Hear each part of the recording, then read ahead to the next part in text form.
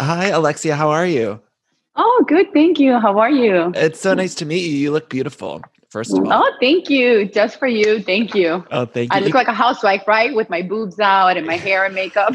You look amazing. You look Oh, amazing. thank you. Um, Thank you. and speaking of, how about we just jump right in? First of all, how are you doing? Are you still in Miami? Where are you at right now? I am. I've been in Miami all this time, and I live in Sunny Isles now, which is a little bit more north.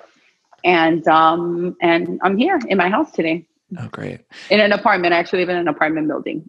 So, Alexia, there's been all of these rumors, and Andy Cohen was on my show last week, and he had said that they had been trying to get a Miami reboot going for Peacock. Have you heard any of this happening sort of behind the scenes?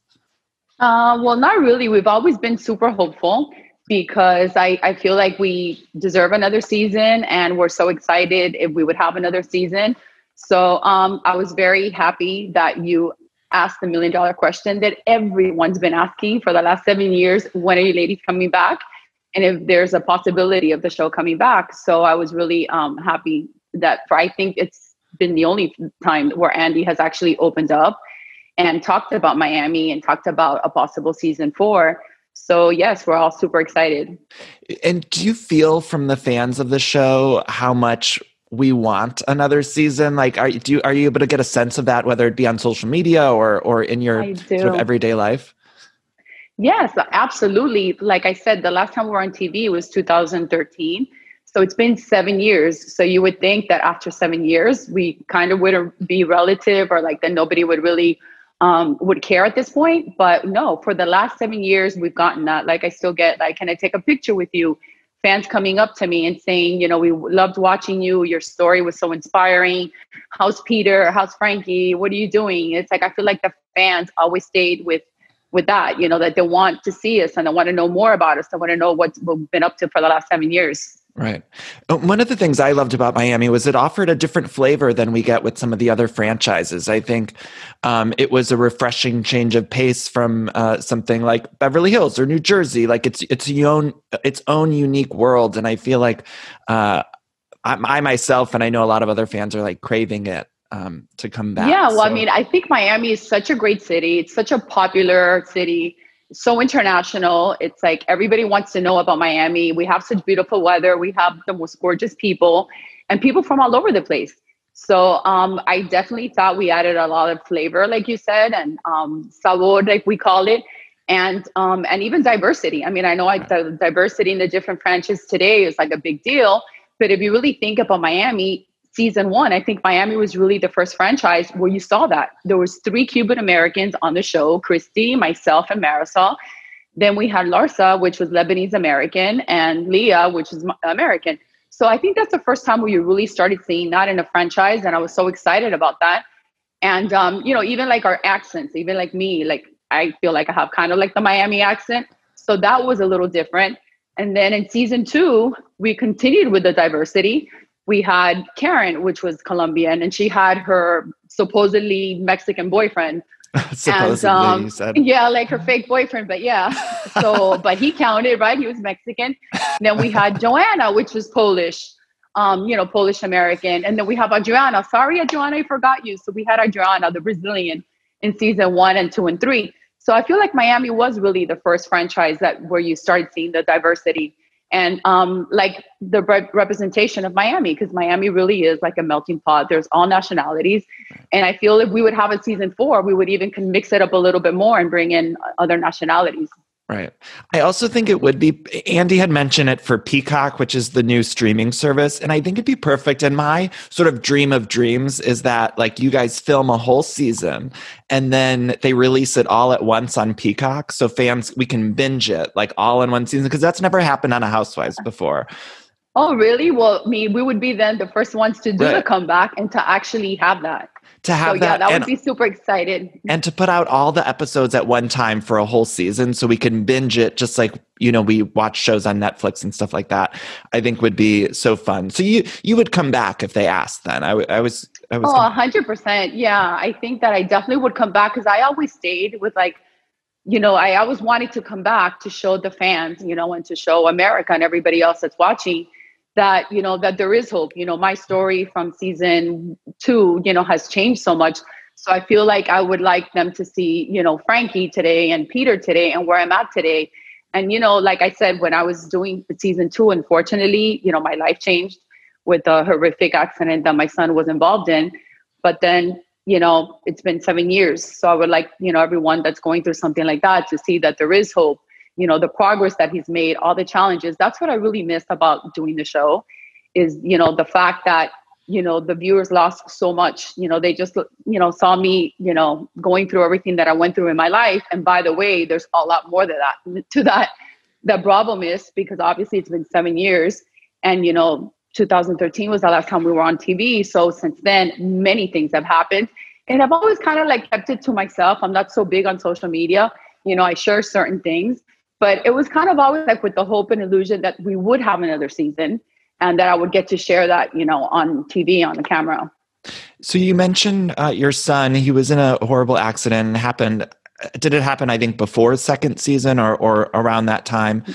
It happened around that time. It happened in August of 2011. So we had done our first season. I can go back to touch upon first season. So first season, we cast for the show and it's 5 of us who are kind of like thrown in there with like no past history. So we kind of like knew each other. Like I knew Marisol, socially. I knew Lee. I knew Christy. We all kind of knew of each other. I didn't know Adriana. But we were kind of like just all thrown in there and not really knowing like what to do or like, what this should have been. You know what I mean? It was like, yeah, there were other housewife shows, but we were all kind of scared. We were new at this. We didn't know each other. And I could speak for myself. I was married to a man that didn't want me to be part of the show. And, he was very against me being on the show. So I was kind of like muzzled, so I couldn't be myself. Like, if you really know me, I'm like a super upbeat, open, fun, happy person. And I was kind of like scared. Like every time before I would film, I would get into a fight with him. He would tell me, oh, you're not wearing that. You can't say this. You can't say that. So I kind of respected that. And I've always cared very much about my personal and family life. So I said, you know what? I'm just going to just like sit here and like really not participate so much like with the other ladies. And I feel a lot of us felt that same way of season 1. If you see the show season 1, Leah was married or is still married to a very powerful, attorney. So she's like, she didn't want to make Roy look bad, like your crazy wife on TV. So it was kind of like, we were all kind of like not pretending because, I think everybody has 2 or 3 sides to themselves, but we were kind of just like doing our thing and not really delivering like who we really were, So that was like season 1. And then season 2, you brought in all these girls. Of course, when there's a lot of women, there's a lot of drama. And that's exactly what you saw. And season 2 is so good too, by the way. It was great. Yeah. It was great. And then again, there obviously all these women that cast for these shows and are part of these shows want to be on TV and they're willing to put it out there and they want their moment and the whole thing. My situation changed. I feel like I've always had like the backstory, and the personal story, even with or without camera. I always have something going on in my life. In Alexia's life, you can come any month of the year, I promise you, whether we're filming or not, and I have like a true story. But then again, you never really saw me like kind of relating with the other women because at that point in my life, I couldn't. Like in season 2, like I didn't have no time to meet with the girls and talk stupidity and fight over stupid issues when I was going through a trauma in my life. So that's why you didn't see that with me. You saw that drama with the rest of the ladies because I didn't really participate. As a matter of fact, I decided to step down. I think I was the first housewife in all the franchises that stepped down because of my circumstances and was allowed to come back for season 3 full time. Right. And I was going to say at that time in season 2, I think a lot of fans of the show, we were curious about what was happening with you. And I think we were all relating to your story in some way. And it was fun. And I shouldn't say fun, that's the wrong term, but it was very compelling to watch your journey then in season 3 with your son. And I think we're all curious what's going on with your son, with both of your sons. How are they doing now? Right. So Frankie, both of my sons are a work in progress. They're still a work in progress. And so Frankie lives with me and he graduated from high school with a special diploma. And I have a beauty bar now, which is like a nail bar and eyelashes and all that fun stuff that all the ladies like. And the name is Alexia and Frankie's. I named it after him because he loves the girls. And he works with me there. So he greets the customers. He does like different things with me. He did have some kind, permanent damage as far as his memory goes. So he still has challenges with his communication, but he's alive. He's super happy. He's always been throughout this journey. He's always been, very upbeat, very grateful. I think when you go through something like this as an individual, you look at life differently. And even though he can't express it, he lives it. He wakes up happy. He's always, thanking God for everything. And so I'm very, very fortunate to have him. He's like my angel. Like, I just look at him and it's like, it's really it's every reason to be happy. And there's so many moms that have gone through similar situation, not exactly the same, but mothers who, particularly now in the pandemic, who are struggling with health issues with their children and vice versa, children with their parents. And what would you say, what advice could you give people who are going through a hard time, who feel like maybe there isn't a light at the end of the tunnel? Does that make sense? Yeah, it does make sense. And you know what? You just have to have faith. There's always a light at the end of the tunnel. As you're going through it, I think the only thing that helped me was having faith and being religious and just, praying and not giving up and love. Honestly, I really believe even the doctors would tell me when I brought him back to meet his doctors who were so helpful and who saved his life, they would actually tell him, I didn't save your life. Your mom saved your life. The love that you gave him, that's what he fought for. He fought for that. So I could just tell those moms not to give up, to keep on loving. Like, love to me is, if you know me, I think it's everything. Love really fixes everything. It's like a motor in me that keeps me going, the love. So I feel like, the moms should never give up. I know it's very difficult, especially what we've been going through this year. Even for me, psychologically, it's like, it's a downer, like, because it's not only what you're going through, it's the entire world. Because, like, for example, when I was going through my journey with Frankie, I felt like I was the only one that was going through it. My world stopped, but the world continued. So even now, it made me think of that. Now that you mentioned this, throughout this time, I was like, can you imagine that this was me? Like, I was in a hospital for 2 months where my world stopped, didn't watch TV, didn't pick up a magazine, didn't go outside the hospital. And I was just in my world with my son, trying to recover him. And so now I feel like, for me, this has been very tough, but it hasn't been as tough. I mean, there's people that go through this every day. I mean, it's terrible that we're going through this, but all these people dying, from COVID, but there's also families struggling with their children that were involved in an accident or did have a terminal disease or did have something terrible. The only difference is that now we're doing it, as all together. And the world is all united and, everybody's in this together. But if you really think about it, there are families that are going through this moment every single day of their lives. Right. Alexia, I want to switch gears a little bit and ask you, are you in touch with the other women and the other cast members? Where are you at with the other ladies? Yeah. So I'm super good friends with Marisol. Marisol and I are very close. We were always friendly, but now we're like sisters. We're very, very close. Lisa, I love. I'm very good friends with Lisa. Lisa always knew that she and I would be like, we would have like this loving, genuine relationship. You see, that's the beauty of these shows.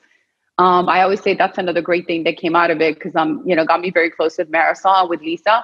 So, I mean, I feel like when I was on the show with these ladies, since I was going through what I was going through, my life, my story, I didn't have the opportunity to really film with them and relate to them and all that. So I feel now that Lisa's a mom. When I was going through that, Lisa didn't have kids. Marisol didn't have kids. Leah had one son that was supposedly perfect. And Adriana had a younger son too that was perfect.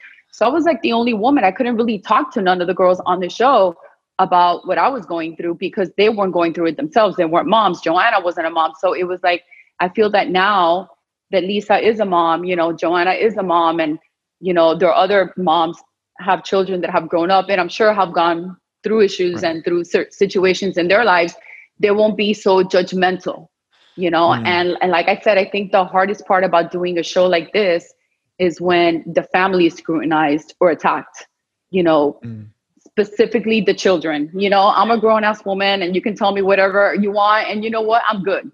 I'm not going to go cry about it. I'm not going to need mental help or anything like that. But, you know, children is a different thing. So that's kind of like the scary part about doing these shows sometimes, that, you know, you don't know, and you're really exposing your children to this.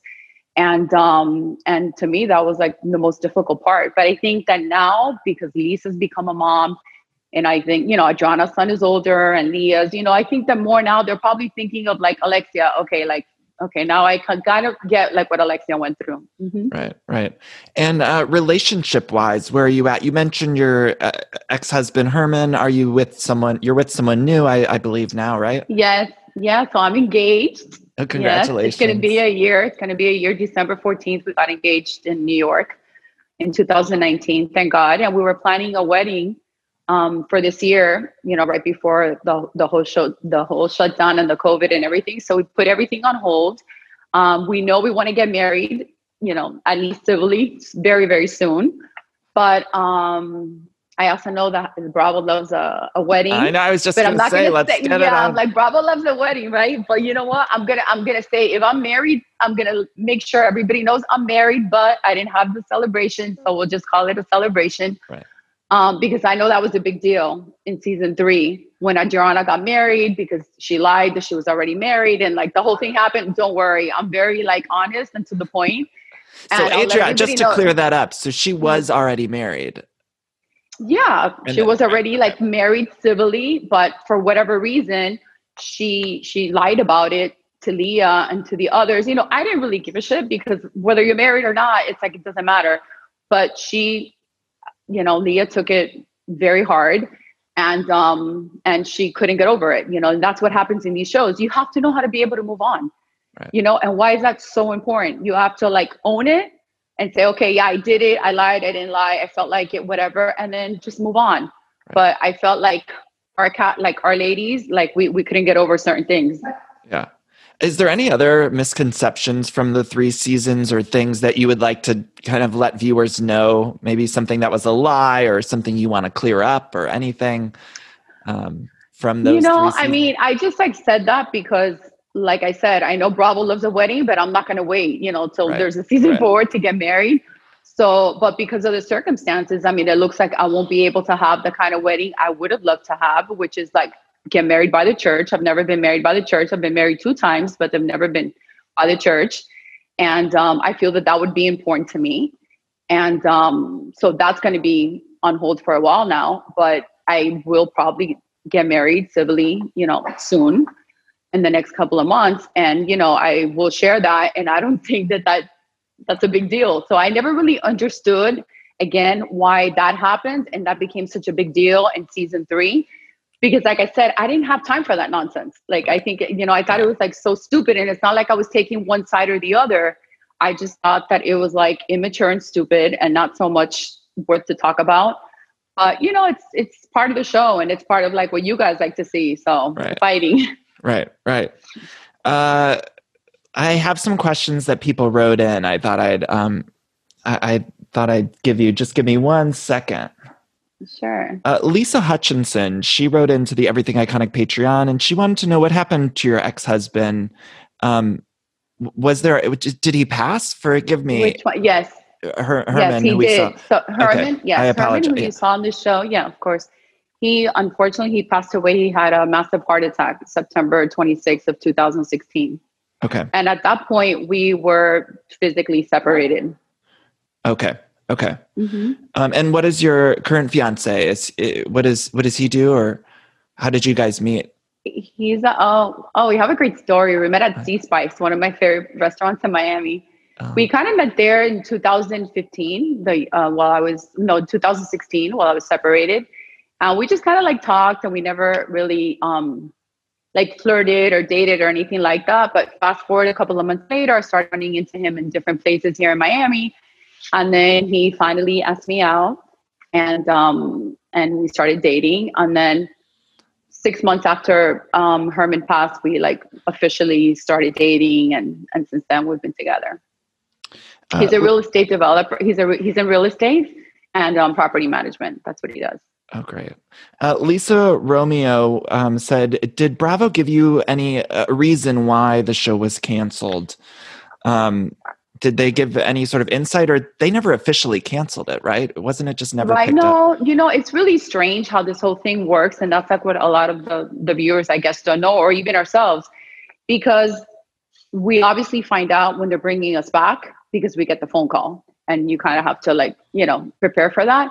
But the truth is they never said you're not coming back or it's officially canceled. It's kind of like always been like open-ended and in the air. And, sometimes I think about it and I talk about it like with Lisa and Marisol and I'm like, you know what, we kind of like never really did anything about it. Like if it was our job, wouldn't you think that we would kind of like call the network or call Andy or I don't know, do something about it. You know what I mean? Like, hey, is everything okay? Like, why aren't you bringing us back? What can we do? Like we kind of like, you know, stood back and Right. kind of like make it happen. And guess what? It's been like the first year was like, oh, okay, the second year, the third year, but after we're like, hey, what's up? Like we really want to like do this again. But we, like I said, we never really did anything about it. But then they start playing marathons, like how they have like during this year, during the pandemic. And we were so excited and we're like, we had all this positive feedback and, everybody just kind of like going crazy that they want the show back. So we're like, oh my God, we would really love to do this. So now we're very excited that Andy has some kind of interest. At least it's digital, but it's something. Yeah, yeah. And that was when my sort of antennas went up in a weird way, was early on in the pandemic when they did the marathon. It felt like there was a reason why they were doing marathons of like certain shows that had gone. And I understood it to be like kind of gauging interests in whether or not people would watch this again. And I saw so many people, especially there was one specific day where there was a full Miami marathon on, and I saw so many people Oh my tweeting God, about it. I know, we were so excited. We were actually, had never watched the show in all these years till then, and it was so weird to watch, to hear myself and to see all those moments. And, obviously, to see Herman that was alive and my sons and, and it was just like, it was like bittersweet. It was, and, I remember Marisol, Lisa and I being on the phone and, and watching the show together from our homes, but all like participating. And like I said, we thought the same thing. We're like, there's people want to see us back and it would be great to come back and for the viewers to see, where we're at today. I mean, I think America like loves a comeback. You always want to see like, where are they today? But actually like in a real season, where we can really show. And you all have such a history now at this point. You mentioned when you started, you weren't super close with the women, but now it's been years and years and years that you've been able to develop friendships. So I feel like it'd be even more explosive, more exciting. How's Marisol doing? I mean, Mama Elsa was such a huge part of the show and we all loved her. How has she been since her passing? Well, I was really difficult for Marisol because she also lost her dad right before her mom, which was kind of unexpected. So I think both things happening, and at the same time, pretty much were very, very difficult for her. And, like I said, Elsa was such a big part, not only of the show, but of Marisol's life, even of my life. I had gone very close with Elsa around the time before she passed away. So it really, hit us and hurt us. But when she had the accident already whether it was that she had a stroke or she fell, but when she got sick in season 3, it was kind of like we lost her. You know what I mean? It wasn't really the same Elsa. And even though she was alive for all those years, it really wasn't Elsa. So, Marisol lost her a long time ago, but you're never ready, to lose your parents. So it's been very difficult for her.